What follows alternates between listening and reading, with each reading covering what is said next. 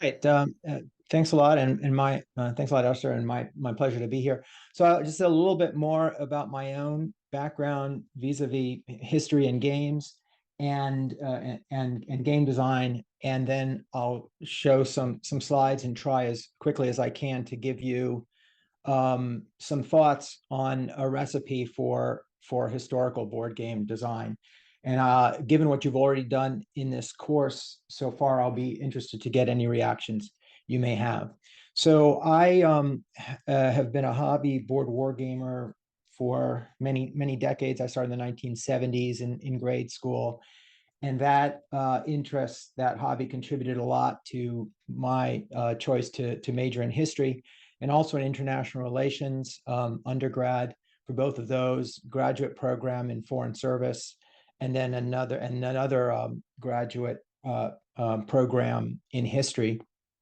And so I'm not a trained historian, but I sure love the study and exploration of history, and using games to me is among the most powerful ways to do that. And I'll mention a little bit why I think so. And that all also overlapped those interests with my intelligence career that the professor mentioned, the last third or so of which involved teaching in the classroom as well as assisting analysts in what they were doing, and including the use of games to do that, including finally the design of games to support analysis, training, research. So I have had legs in both the kind of the fun part of it and the utility part of games, and I'm of course a great believer in both. So that's a little bit about me. So this is as fast as I can distillation of what I consider my process of designing a simulation board game, such as a game about history or a war game, but a simulation board game. And I need to start with a few definitions and concepts to make the rest of it make sense. If you haven't already, in the world of wargaming, you may run into debates over whether this or that offering or project is really a game or is really a simulation. And I want to offer a little bit different conception. For me, simulation can be a controversial word. It just really, for me, means model. And I'm going to talk a lot about models because this is, to me, fundamental to the whole endeavor of historical game design. And what I try to show here is there are many games that are not models, that are not simulations, and there are many models that are not games, but there are some models that are also games. And that intersection, simulation games, is what I'm interested in and what I think of when I think of a war game or a historical board game. And so what is my meaning when I say model? I mean that it is something that is a purposeful simplification of reality, or of something else. But in history, we're talking about reality. And not just a purposeful simplification of something that is complicated, like a tank that has a lot of parts, but purposeful simplification. For example, through simplification through scoping of what we do and don't consider of what we call a complex adaptive system. History, human interaction, mass human interactions, whether it's economics, politics, war, culture, social affairs, what have you, is complexity. And what that means is that what is key to understanding the system is the dynamics of how things affect other things. And these ways that the things affect other things, actors and factors affect other things, create a larger whole that is different in kind from the parts. You can't just add up the parts, you have to look at how they affect each other. And I go into all of that because my sense is that games, when we're talking about human affairs, games are really effective as models of this complex reality, in particular because there are strategies at play that affect each other, and games allow exploration of the dynamics of competing strategies. And this is a basis for design. And we can model things in many different media. Some are games, some are not games. Maybe it's computational, maybe it's graphic. But here we're interested in one tool in the box, And the point of this graphic is simply that it has advantages and disadvantages, strengths and weaknesses, but that tool is manual tabletop models that are games. So manual means it's operated by the players, and tabletop, I guess it can be on a floor, but it might have a board. I mean, I'm using the term board game, but it might not have a board. It might just have figures or cards or player mats or whatever. But the point that's important is that there is a set of rules that governs how players operate the model, and they operate it themselves. So what is the process of going from our understanding of history to a tabletop model like that, a manual model? And what's important to realize here is that we have at the beginning, as the designer, a mental model already. We have something in our head that is a purposeful simplification that we have gleaned from whatever we've read or seen or studied or considered. And if it's a complex system, we already have some idea, whether it's intuitive or explicit in our heads, of how actors and factors relate to each other, and how that worked. So the question we're getting at here is not in history with games so much what happened and when, it's how did things work? Because a game allows us to examine what might have been the rules of a system, and what it might have done differently and what it might not have done. What might have happened but didn't is more a question to examine with games than just who, what, where, when sorts of questions. And so the challenge for us as game designers for manual tabletop models is, how do we ourselves understand our own mental model, which, while simplified, is already pretty complex, and translate that into mechanics on the tabletop that then other people can experience and react to and critique.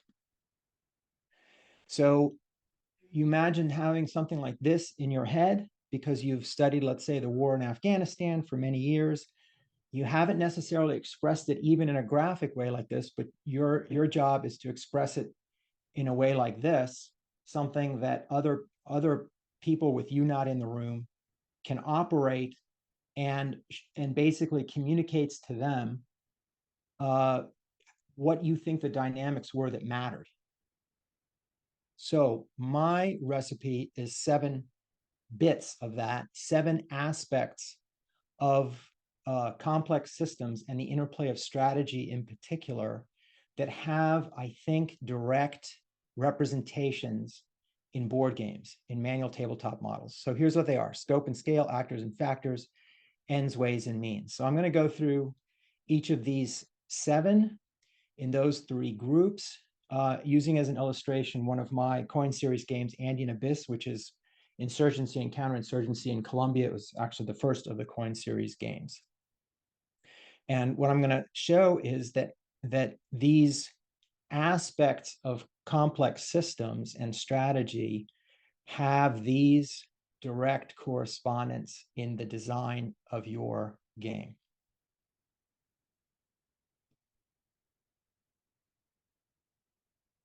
Okay, scope and scale. So purposeful simplification, a model is a simplification always, because otherwise it's the real thing. Now, you might be simplifying by leaving out certain things, and you might be simplifying by making it smaller. You might be simplifying by making it bigger, I suppose. But typically, when we're talking about human affairs that involve tens, hundreds, thousands, millions of people, you are probably making the thing smaller. If there are 1,000 actors, you're going to pick out the few that are the most important. So scope and scale are decisions that you make in how you are simplifying reality. Scope is like, think of it like a boundary. Like we're going to consider affairs in Afghanistan and not Japan because this is a game about the war in Afghanistan. Well, it's not that Japan doesn't matter at all to Afghanistan. All things are related in society. It's just we're saying it's not important enough to consider, and for purposes of accessing our topic and focusing in, we're gonna scope it out. And as soon as, by the way, you scope anything out that actually has some effect, that simplification introduces an error. And this is why we often hear all models are wrong, some models are useful. So this is a very important decision, how you scope. And scale, again, is something like, okay, well, I'm not going to have a life-size Afghanistan on my table. It's going to be miniaturized. I'm going to take lots of different groups and basically put them together into just one to represent that actor or factor in a simplified way so that it's practical for us to operate that system. So you're really asking for as a designer, you're really asking and taking a position on what's really important. What do I leave in? Because leaving stuff out is the key to purposeful simplification. So, for example, if we are going to do something about insurgency in Colombia, what are the boundaries of the board? If it's a board game, one of the first things you're probably thinking about is what's on the board. What am I showing? Is it a map? Is it a schematic? Is it a bunch of boxes? If it's a war game, typically it is a map because geography matters.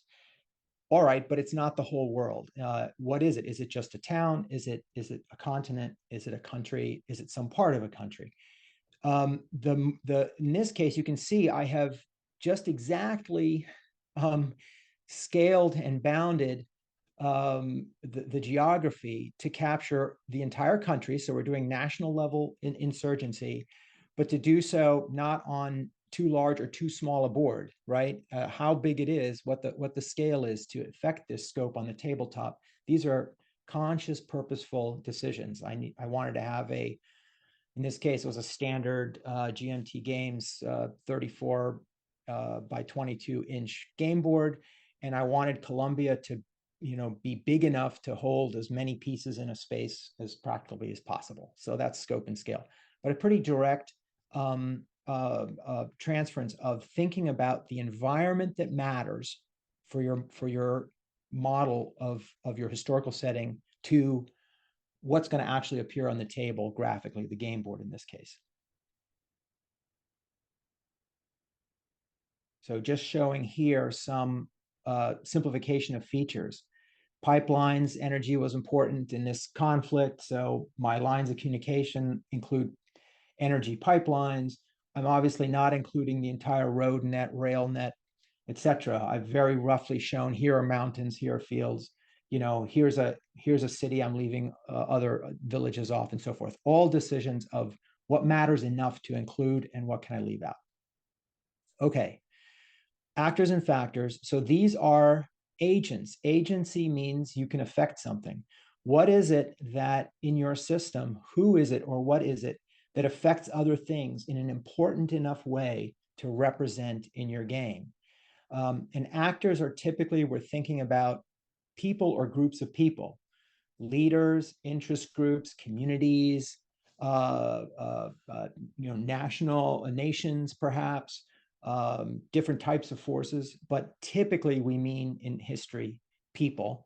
And then factors are other things generally about the environment that might be dynamic.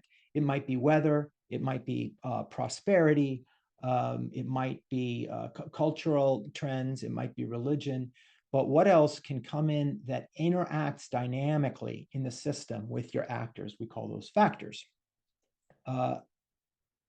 So this translates pretty well, if not directly. Actors are typically, the key actors are typically players. So a cool thing about games is that human beings tend to make good models of human beings. And therefore, if you have key actors in history who are following strategies and innovating and using their imagination, their skills, their intelligence, and their emotions to affect the system, you can have players model those key actors, those key historical actors, pretty effectively. But this is a decision. There were millions of actors in the conflict in Colombia. I can't have millions of players in a board game. I had to decide how many players, who do they represent? I'm obviously vastly simplifying the actors in the real system if I say, well, there are 4 players and where they are. That's the key design decision. And then typically factors tend to be things that are external to the key human beings involved that might be technological innovations or tactics or acts of nature, or maybe they're outside actors like countries that aren't on your map and aren't represented by a player. I like to do those with event cards or other rules mechanics. There's there's a big tool bag for how to do that. But those are also important considerations other than your player count and your player roles. Okay, and the final three factors. So we've done sort of the environment, which is scope and scale, like the game board. We've done actors and factors, players and event cards, for example. Finally, the interaction of strategy, which is so important in historical systems. Everybody's moving and shaking to advance their interests, right? It's history is the interaction of all kinds of different asymmetrical strategies all the time. We all have interests that are somewhat overlapping but somewhat competing, and it's how we act those out that drives humanity forward. Well, we really have to, we want to examine that, but we also have to simplify that a lot. And there is a US Army definition of an exploration of strategy that divides strategy into ends, ways, and means. Ends is goals, what do the actors want? Ways is how do they go about getting that? And means is what are they working with to do that? And these three parts of strategy, ends, ways, and means, I think translate very well to board games. So if we think about ends, what do the actors want? So you've assigned players roles. Can you boil those roles for each player, whatever group, position, nation, individual they're representing? Can you boil that down, simplify it to victory conditions? What's the one or two things that group historically really wanted to achieve or prevent or whatever? And that's the measure of that player's success. That's a really important decision in design, because whatever victory conditions you set for your players, they're gonna pursue that, right? And that's going to drive the dynamics of your model and your system. And if you have that off from let's say from history, you're going to get some weird effects. Hopefully you can most groups or people don't do things for just one reason, but hopefully you can simplify it down to one or a couple things, and those become victory conditions in the game. Ways, this is a little more complicated, but basically, what are the actors doing to achieve those aims? What are their tactics? What actions can they take? Well, this translates pretty well to player actions in the game, mechanics that players are, when they take their turn or it's their initiative or whatever, what do they actually do? What are they doing on the board? What are they doing with their bits and cards and dice or whatever? If you think of that as the ways that they have, the actors, the players have to pursue their ends, it's a good way to get started on how the game mechanically will work. And then finally, and somewhat more simply, means is the resources. And in a game, this can be unit pieces, it can be money, it's any of the stuff that the players typically will maneuver, accumulate, expend as they pursue their ways to achieve their ends. So that was the 7. I'll return to them in a moment, but here are just some other random tips. There's really no substitute in board game design for seeing what's out there and building your toolbox by playing other people's games. It looks like you've already been doing that. Never stop doing that. I spend a lot of my time productively and enjoyably playing other people's games to try to learn and expand my toolbox of mechanics. Because when you're saying, well, how can I translate historical actors' ways of pursuing their ends into mechanics of a game on the tabletop, it's not an easy question to answer. The way to answer that is you think about how other game designers have done that and then combine and adapt that in new ways, which is, after all, how all innovation works. Your mental model of whatever historical setting you're designing is probably more detailed and complex and intricate than you realize yourself. And it can be difficult to then, to communicate that. And in a kind of an in-between way that I tried to show at the beginning of this talk is if you draw a picture, just graph out boxes and arrows, for example, before you go to what mechanics are going to be used, it can be helpful to go from unstated mental model to a tabletop system with specific rules and mechanics. Remember that your model is a purposeful simplification.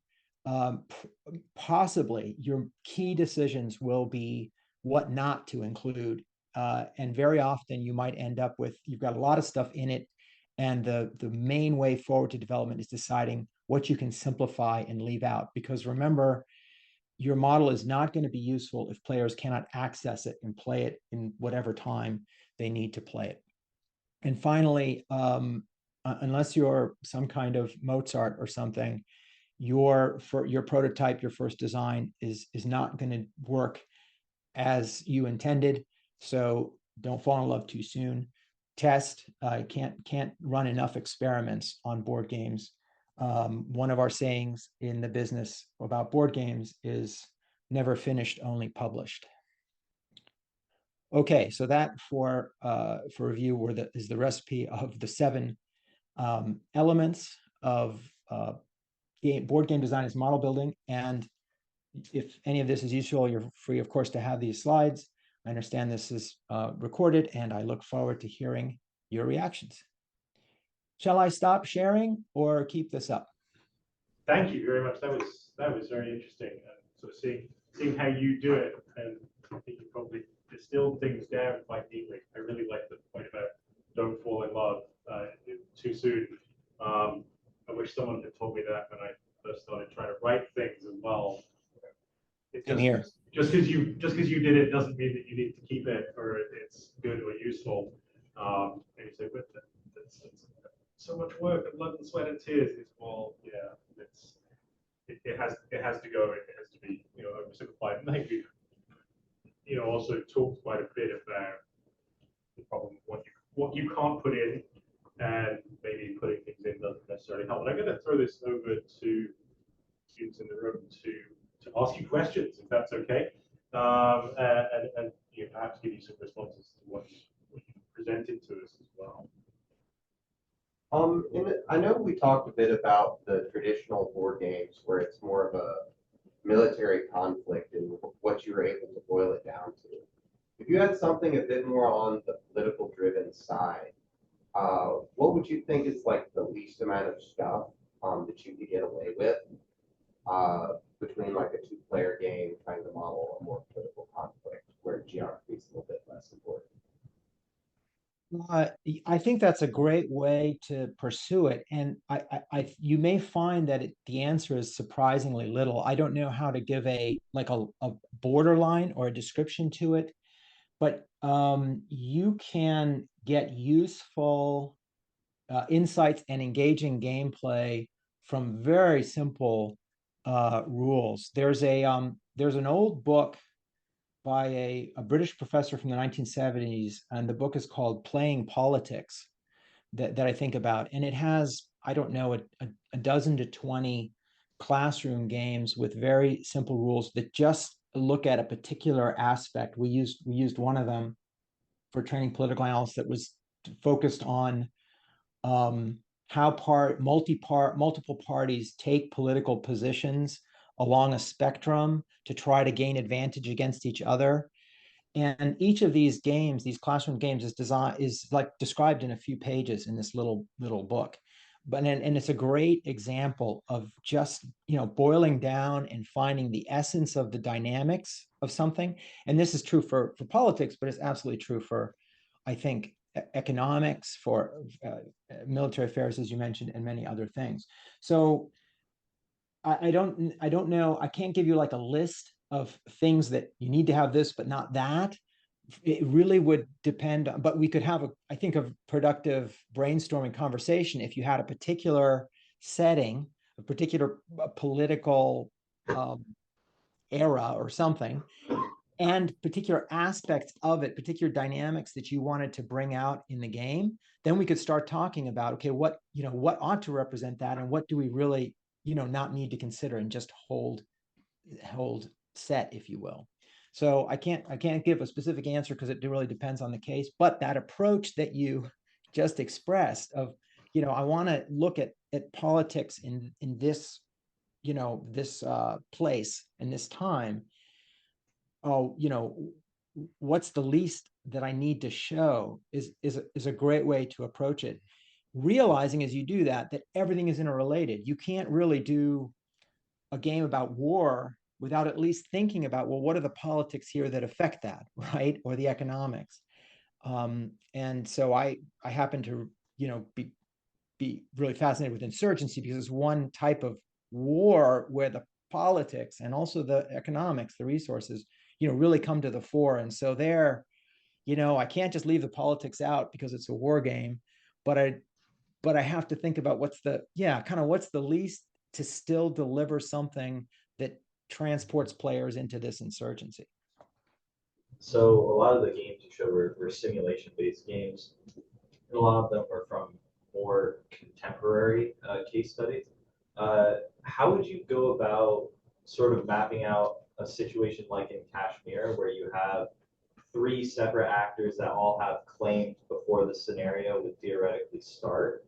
How do you kind of balance it so that it doesn't seem like the game is being too biased to any one case or any one actor? Yeah, bias. It's a great question. So, what I think as a historian or a student of history who is also a game designer, what I think you're trying to do is you are trying to show your audience, the game players, your best shot at how things work, really. Which means you're trying, as you suggest, you're trying not to kind of bias for one side or another. You're going to all the sources you can from all the perspectives you can gain access to, which is no small feat. I have for some projects a lot of trouble getting enough of a perspective of a key actor because I don't have access to that material, maybe because of language or who I know or whatever. But you're doing your best. You're doing your level best to go past your own biases, which we all have, to examine how it really was as best you can in that game model, just as if you were writing a essay or a book or making a documentary film about it, right? And it should be no problem. I mean, of the games that you have in your classroom there do it. It should be no problem to have multiple actors who all have different visions for what they want, what's the future of Kashmir that as they see it and they pursue it as their ends, that have different ways they go about pursuing that, tactics they are and are not willing to do, and different resources. So that really should not be the key challenge. But then the question is, what of your own biases, your own filter on those places, people, those events are now in the model? There are some. There's no question. And so part of the experimentation and the play testing and the feedback, one issue is this fun to play? If it's, if you want it to be an engaging game, is it fun to play? You really don't know until other people play it and say, yeah, it's fun. Another might be very often, what are you tuning and calibrating for? Another might be play balance. It might be, well, for the three players when they're sitting down, whatever victory conditions I've set them and resources I've given them and rules that guide their actions, will each of them win a third of the time, more or less, because, players like to have an equal competitive. Okay, so maybe you're testing for that. You should also be testing for the issue you raise. And that is, is this, have I given the same amount of care and respect to representing each of the actors, the key actors here? Do you play testers know of any information that I've overlooked? And so you can see right away that the diversity of your testers is going to be key to that. And this is a challenge in the real world, is, do we have, I'll tell you, so my co-design with Brian Train on Afghanistan, a distant plain in the war in Afghanistan. And we were very fortunate to have a scholar in Pakistan, who happened to be a board gamer, play test it for us. And it just, gave us first of all, some excellent corrections on things that that might have been misunderstood in the way we represented them in the game, and to correct that, for South Asian Muslim audiences particularly, but also gave us some warm fuzzies that we had a reasonable take in terms of showing the different sides interactions. Same with Colombia. I had a playtest team in Bogota for Andean Abyss that helped tremendously, and others who had lived in Colombia, Americans who'd lived in Colombia, give me feedback and so forth.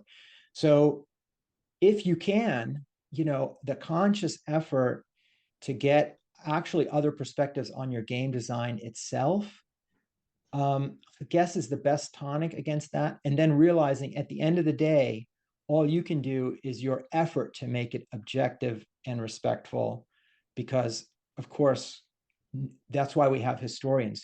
History is interpretation, and who you are, where you sit, and what makes a big difference in how you represent things inevitably. So like in intelligence analysis, objectivity is kind of like absolute zero or the speed of light. You aspire to it, but you have to also realize you're the designer, you're in that, it's not going to be fully objective in the end. How do you balance sides that, while maybe are equal in, I'm going to say, perchance political influence, but have very different methods of accomplishing that? So it's not a direct one-to-one ratio. So say the United States and the USSR during the Cold War both had tremendous pull, but the way that they accomplished that was often quite different. Right. So the concept that you're describing is symmetry or asymmetry. And my view of life is it tends to be asymmetrical.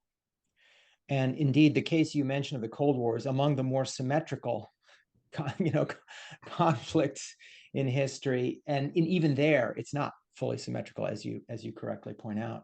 So if you look at the game Twilight Struggle, and I mention that because it's such a popular, widespread game, it's not exactly symmetrical, but the types of actions that the two sides are taking, what they're working with, is pretty much the rules are the same. I tend to design asymmetrically, and that's true for actors, factors, ends, ways, and means, because they're I don't think any of them tend in nature to align up symmetrically. So I like asymmetrical design as a better model. So if you look at any of the coin games, they're well known for being asymmetrical designs. The different players tend to have different victory conditions. Like I'm trying to achieve this that may not have anything to do with you, and you're trying to achieve that. And it's almost like a race between the two, but I'm also going to try to stop you from achieving what you're trying to achieve so that I can win, right? Those are asymmetrical victory conditions. And in the coin series, every faction has their own thing they're trying to accomplish, and you have to watch what all those other ones are trying to do, right? Then you've got different tactics, as you mentioned, for the US and the Soviet Union in the Cold War.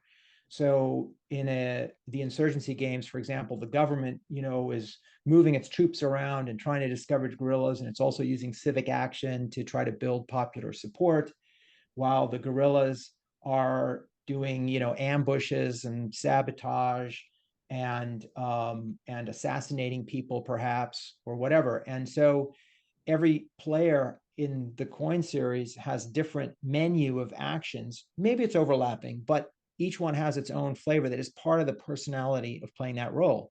Different ends and different ways. And then finally, absolutely different means. So you're expending resources. Well, how many resources do you give each player at the beginning? You can make that different. How many resources does each of these different actions cost? You can make that different. How do the players during the course of play earn more resources to spend? You can make that different.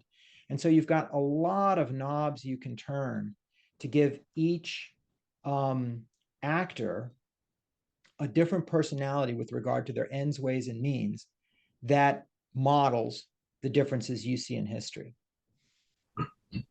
How would you balance out a game like a side that's like in actual history guaranteed to lose? Like, what would you like? How would you balance it so they actually had a chance, or would you just try to, like, I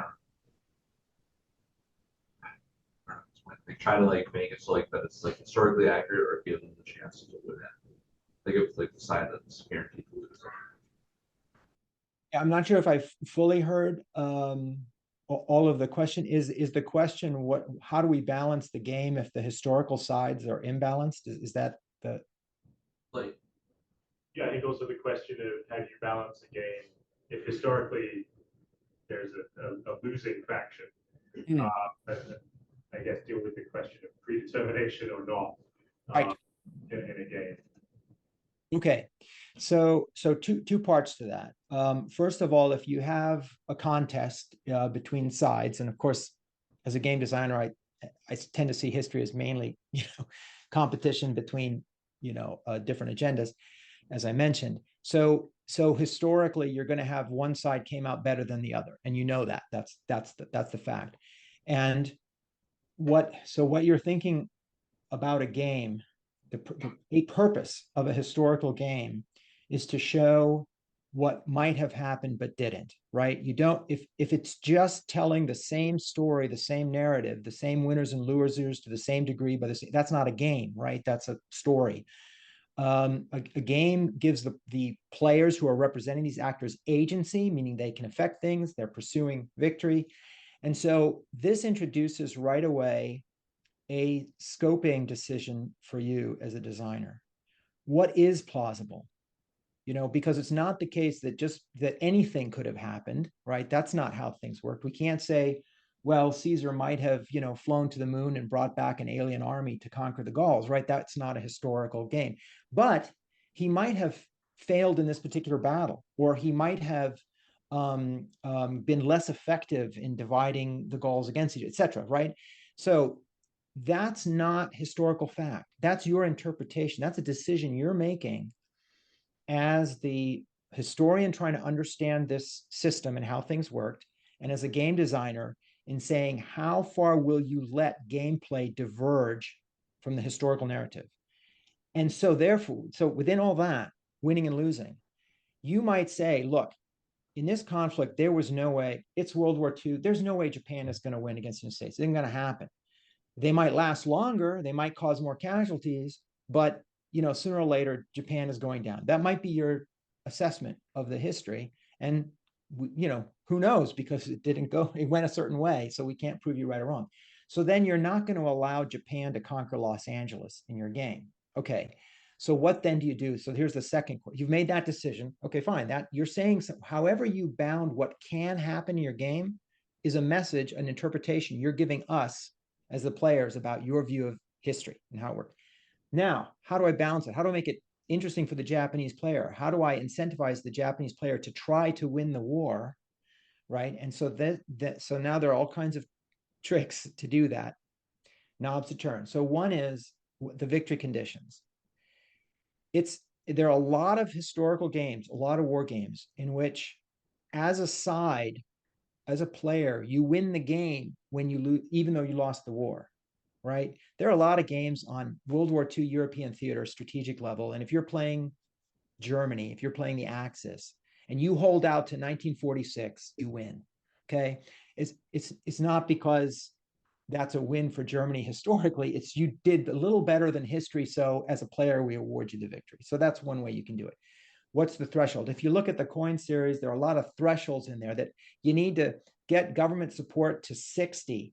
And if you get it or above 60 as the government, you win. Well, what does that mean historically? That's just an arbitrary point value that as the designer I've set to give you a measure of your success. You're aiming to get that much support in the country. If you do that, by the end of the game, you're a winner. You know, you did as well as history, you beat history. So that's one way. And then you get into a bunch of conundrum. I don't know how much time we have, but if you set a threshold like that, that is not really what the actors at the time wanted to do, right? The Germans in World War II did not have the goal hold out to 1946, right? Their goal was to conquer Europe and win, right?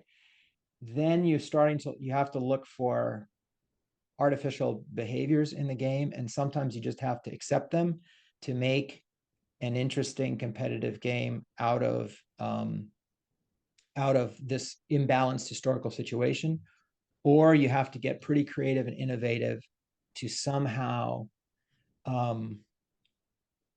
mitigate things like how human players in a game do not exactly simulate historical actors, because they're good models, they're good simulators, but not perfect.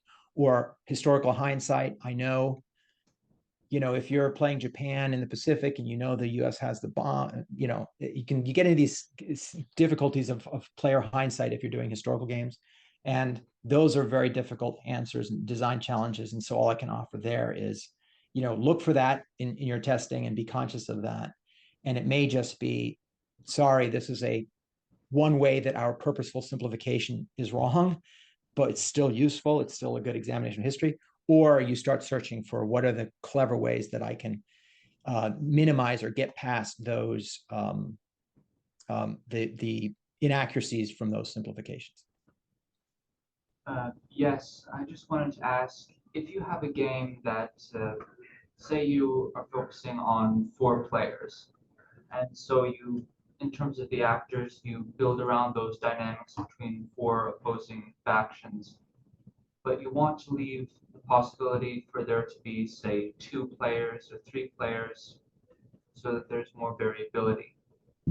How do you make it so that you might not have all the factions that you necessarily planned on having, but you can still have dynamic format that will make sense and are interesting? Yeah, there's a common challenge. And if you look, you'll see my answers to that. If you look in the coin series, which are supposed to be playable from 1 player up to 4, and there are really, I think, 3 ways I can think of to do that. If you have a situation, you've identified a system, a historical situation, and where you can boil it down effectively to 4 key actors, and it's a 4-player game, but you want to also allow 3 players or 2 players, let's say, to play that. So there's kind of 3 ways you can do that, I think. First is you can look for what are natural further simplifications. And that is, for example, in your 4 players, you probably have clumped together people who were working together to a degree, but actually separate, because everybody is. I mean, everybody in your classroom has overlapping interests, but you also have competing interests. Okay. And that's how society is. So, for example, one of my players in Andean Abyss in the Colombia game is the FARC guerrilla group, but there was another major guerrilla group at that time, the ELN. And the ELN kind of shows up as a couple of event cards as an external factor, but really when I do my FARC resources and setup and all that, the FARC player is actually representing both of those groups in alliance. Okay, and the cards just come in to say, here's where the alliance is working really well or not so well, right, as a little factor. So your 4 players probably already combine some different groups. So now can you further simplify that and say, well, of those 2 player roles out of these 4, 2 of them are more natural allies. And if we play a 3-player game, we're just going to presume that those 2 players have, in the 4-player game, have formed a permanent alliance, and we represent them with 1 player. And then you've got to compensate the other players somehow for that advantage, because that's typically an advantage to whoever you're putting together with the 2 roles.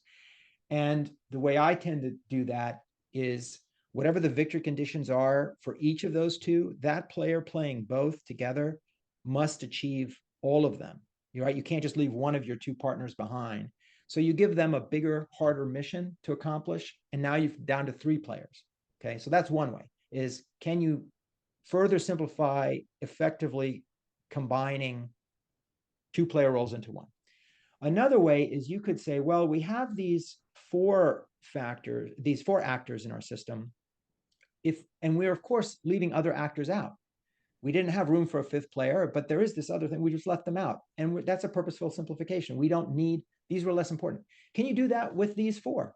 Can you go further and say, you know what, if we just don't include this 4th role at all, and we only look at the interactions among the remaining 3, is our model still useful? Does it still work? It's maybe not as good, but it's still it still transports players into that setting, even with just those 3 actors. And a lot of games do that. And you'll see, they'll just say, you just ignore that 4th role and the game will still work. Obviously, you have to test that. So that's the second way. The third way, and this is the toughest and something I attempted, I think, with mixed success in the coin series, and that is you can automate one of the players' roles, where you've designed the game for 4 human players, but now you're going to say we can substitute for one or more of those players with an algorithm. So a flow chart, a deck of cards that prescribes actions, die rolls, and a chart or matrix that says what they do in a simplified way. And rather than having a human being represent that actor, you're now having game mechanics, in effect, algorithms and randomization, represent that historical role that usually would be a player. And there, just realize your game is probably already doing that with less important actors, external factors, through event cards and random die rolls and things like that, where it really also represents other humans. They're just humans that aren't important enough for you to have represented as one of these 4 players. Now you're going to do that for one of the 3. So there's still some dynamism there. This 4th role is still present and doing things and maybe even reacting, just in a simpler way, without the magic of the innovation and creativity and play that your human players will bring. So that's the third way to do it. So can you combine 2 roles into one and still have a historical model that seems plausible or valid? Can you just eliminate one or more of the roles and still have your model work more or less? Do you want to go to the trouble of automating one or more of your player roles so the game actually dynamically runs that role? Those are the 3 ways I can think of. Thank you. Well, I have a question. One of the things you talked about in your presentation was the purposeful simplification. And I find actually with quite a lot of your designs that I've played, you actually add more complexity into things that are often presented historically as binaries. So like about Cuba Libre, where it's not as simple as one side against the other, there are actually multiple factions. So I wonder if you could talk a bit about the consciousness of deliberately trying to model history, present historical analysis and a discussion with where you have multiple factions running in what is often presented as just as one side versus the other. But in fact, you're showing is more complicated than that. So I think there's a lot of power in that. But it's just sort of your thinking behind that. Yeah, I mean, I don't know about you, but in my experience, the more I read about the details of any historical affair or historical setting, the more complex I find out it was, right? Like the more questions you ask, the more answers you get, the more questions it raises. Typically, when you're researching complexity like human affairs, as in history, this is typically true in intelligence as well. That is to say, the reality, almost when I set out with any kind of setting or topic, I should expect that the reality really was much more complex than I think it was, right? Or that we commonly think it is. And then if we look at how any media have portrayed this for broader consumption. And this is, movies, books, games, you name it. Probably it's being portrayed in a less complex way for the necessities of the medium and and reaching the audience than it really was. And so if we are doing a game design because we want to explore something, we want to, transport players to this setting in a way that they will refine their own model, because the players all have some idea too. I mean, probably everybody sitting down to play Cuba Libre, has heard of Fidel Castro and there was a revolution, and they're probably playing the game because they already know something about it, right? And the game, my purpose with the game is to give them kind of my model, or mine and Jeff Grossman's, and my co-designer in the case of Cuba Libre, so that they can synthesize what they already think about how it works with what the game communicates to them when they play it. Because we know when it's understanding complexity, synthesis of diverse models gives you a better model, right? That's, almost mathematically proven. And so that's kind of a purpose of the communication of the game design, is I want to show you some dynamics that you might not already have seen. And again, what I have found is when I look at history and I read about history, it's ample opportunity to do that. There's always these delicious, interesting complexities and dynamics, multifactional aspects to it, if we're talking about warfare or politics, that have not been commonly presented, and almost, and especially within a board game, right? Maybe it's been presented in scholarly books and in movies, but it's not been presented in a board game. So the opportunities to do that in historical board games are, I think, everywhere, and is an important thing that we can accomplish with a historical board game design. Does that get at what you were raising, Alistair? Yeah, absolutely does. Kind of selling the purpose of playing games. I said to students that I played some games and it's opened my mind to think about things in a different way. So Falling Skies, I loved Asterix as a child. It was this small village, and so I had context there, but actually sort of unpicking the game. One of my colleagues who teaches it was a little scared off by the size, but I guess if you're not a gamer, then rules can look daunting. Yeah, but and it's important to keep in mind when you're designing it, and it's just a foot stomp on something I've already said, but it's key, and it's a liberating idea as a designer. You are going to be showing more complexity in your design than what has been shown in other games. That's the reason you're doing the design. It's still going to be simplified, and probably extremely simplified, right? Even if it's more, it's still way short. And so, first of all, give yourself a break. Your game is not going to cover everything, and it's not going to produce perfectly plausible results every time. You're aiming for that, but you're not going to achieve that perfection. So let yourself off the hook, but be conscious also, when you make claims, be conscious of the fact that no matter what complicated rules or whatever you put in your game, you're still going to fall short. You're still going to fall short because it's a model. I think we've run out of questions at our end, but thank you for answering very fully and presenting. Once again, thank you for joining us and taking time. It's been very insightful. I've got a lot out of it. Seeing a lot of nodding heads. But thank you very much for joining us. It's been a great pleasure having you. Thank you for having me. Thank you for all the questions and observations, and good luck with your design projects.